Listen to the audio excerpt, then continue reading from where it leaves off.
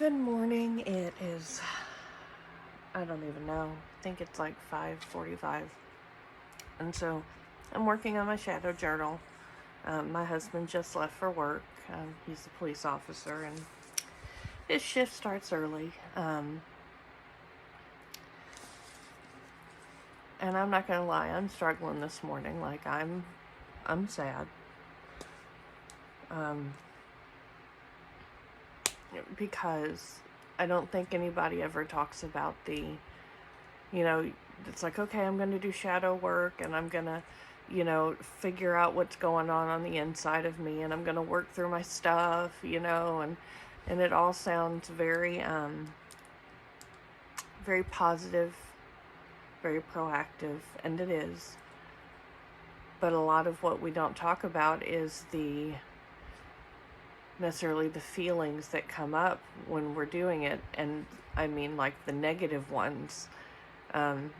Unless you're one of those people that do shadow work and your shadow is so white and sparkly that it's like, oh, I'm doing okay.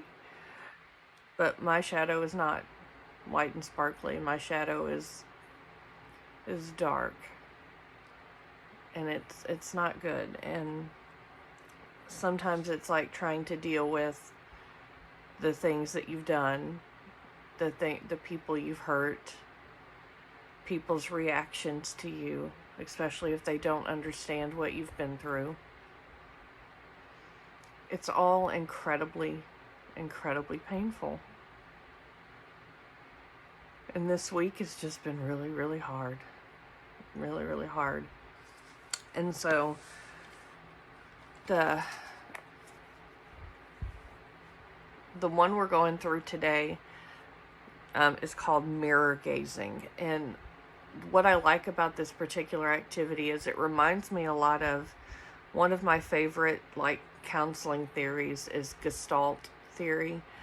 And in it, the whole point and purpose is to basically kind of force you into situations where you have to face your feelings, where you have to face how you feel about stuff, where you have to feel your feelings instead of, running, trying to cope, using coping skills, all that kind of stuff, negative coping skills, not positive ones. And so I like this because you're supposed to spend 5 to 10 minutes sitting in front of a mirror, looking directly into your eyes, trying not to look away. And if you feel uncomfortable,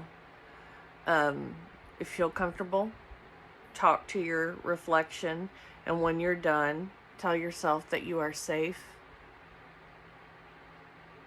and you are loved. And why this one is important, I highlighted, this is on page 62 again of the Shadow Work Journal. Mirror gazing is an intimate way to face your deepest fears and insecurities. You might find things about you that repulse you. You may come across doubts and fears that keep you from experiencing peace.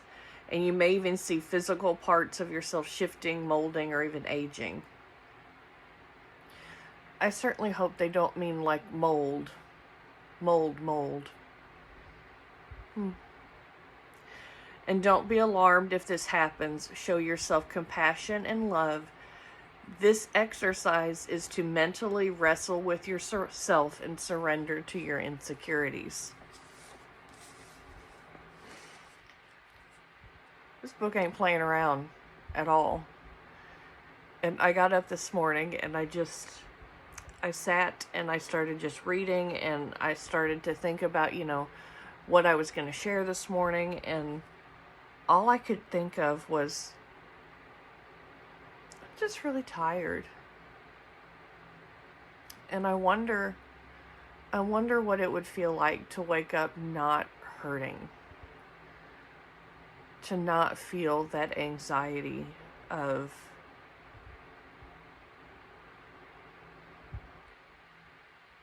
the brokenness that comes from being someone who's been traumatized. I think about people that get up in the morning and they just make themselves a cup of coffee and they go sit out on their back deck and They just look at the woods or the sky, or they read the paper. And, I'm not saying those people don't have problems, but I'm just saying I'm not one of those people that just like bounces out of bed to go get coffee and sit on my back porch. And, I struggle a lot, with my mental health. And as of recently, I've had a lot of struggles. And there's a lot of people that just do not understand.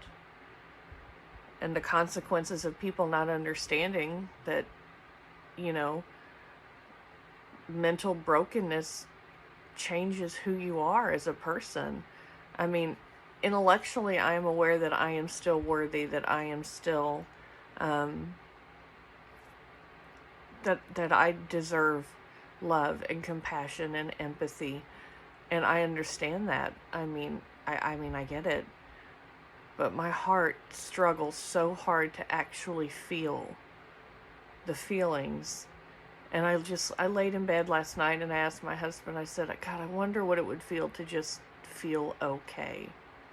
Just to wake up and just feel okay, because I honestly don't know the last time that I woke up and my heart wasn't a little sad and I wasn't feeling a little broken. And I am on medication. I am on medication. I have a therapist. I've been doing some pretty intense and pretty deep work. But if you are out there and you're doing this work, alongside of me, first of all, thank you for being on this journey with me. The mirror gazing activity that you're going to do, I haven't done it yet.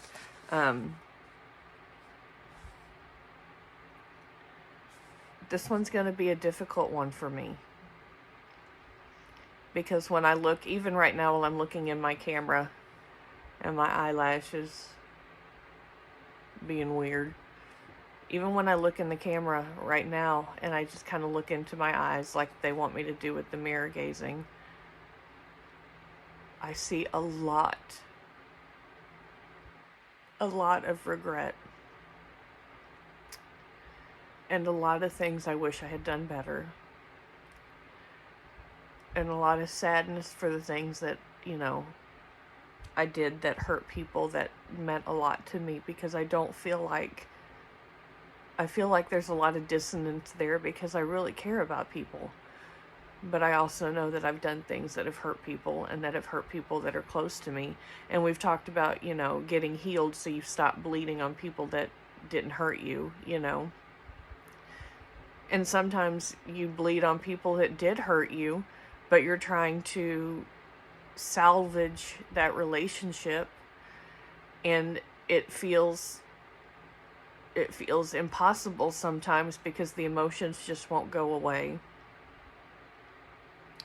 At the beginning of the year, I found myself in a situation where I thought that I could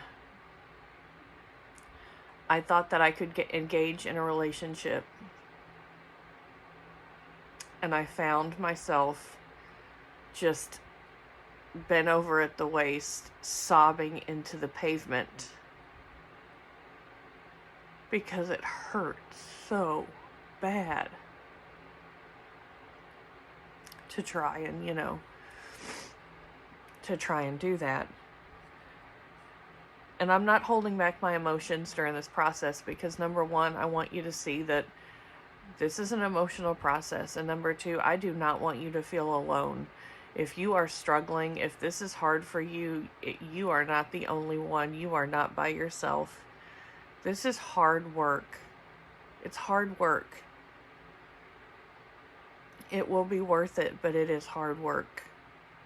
And it may be an ongoing, lifelong journey. And I have to be honest, even saying that out loud, saying that it's going to be a lifelong journey, kind of breaks my heart because, again, I feel a little level of desperation to wake up starting to feel better. But the mirror gazing activity, again, you're taking 5 to 10 minutes to stare into the mirror. Try your best not to look away. Talk to your reflection as though it was your shadow self. and ask, what reoccurring thoughts do you have when you look at yourself? I know for me, when I look at myself, there is a lot of guilt. What emotions arise? And I'm not even supposed to be looking away. I think the emotions arise are just this sense of sadness. It's like, I'm kind of in the middle of life. I'm 45. Well, 44. And there's still so much that I want to accomplish, and there's still so many things that I want to do, but I find that my issues kind of get in the way of that. Like they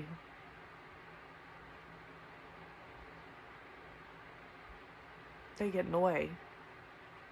And so I live with a lot of fear that the life that I really want, and, graduating from my counseling program and helping little kids and stuff like that heal from their emotions and stuff like that, I don't know that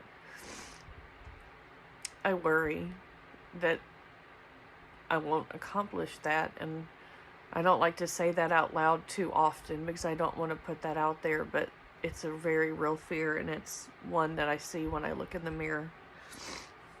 And it says, how do I feel now? I'm like, well, shadow book, I feel like crap. How are you? And then it says, what conversations did I have and what breakthroughs did I discover? I feel like looking in this mirror, I have compassion for me because I know that I've been through childhood sexual abuse. I know that I have been through adoption. I have been through divorce. I have been through some infertility struggles. I have been through sitting in the NICU with a baby for 8 weeks. I have been through, and that's just the highlights, I have been through a lot. And I know all of us have been through a lot. So I have compassion on myself for the way that I feel. I'm just ready to deal with it and not have to feel it every single day. So that is the mirror gazing activity.